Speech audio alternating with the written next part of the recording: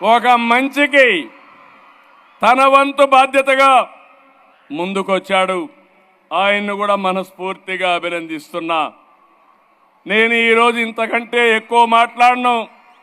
ఎక్కువ మాట్లాడితే కరెక్ట్గా ఉండదు.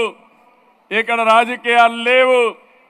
28 సంవత్సరాలుగా ఎన్టీఆర్ మెమోరియల్ ట్రస్ట్కి కానీ దగ్గర 33 సంవత్సరాలు అవుతుంది. హెరిటేజ్కి కానీ పెట్టాను, కానీ కంపెనీ స్థాపించాను, కానీ ఆ తర్వాత ఎక్కడ కూడా ఒక ఫేవర్ జరగకుండా మెరిట్ ప్రకారం మీరే ముందుకు పోవాలని చెప్పాను. మా కుటుంబ సభ్యులు ఆ పని చేసుకుంటున్నారు. దానికి సర్వత్రా చాలా ఆనందంగా ఉంది. ఒక మిస్యూజ్ లేకుండా సమర్థవంతంగా అటు కంపెనీని ఇటు ట్రస్ట్ నడిపిస్తున్నారు.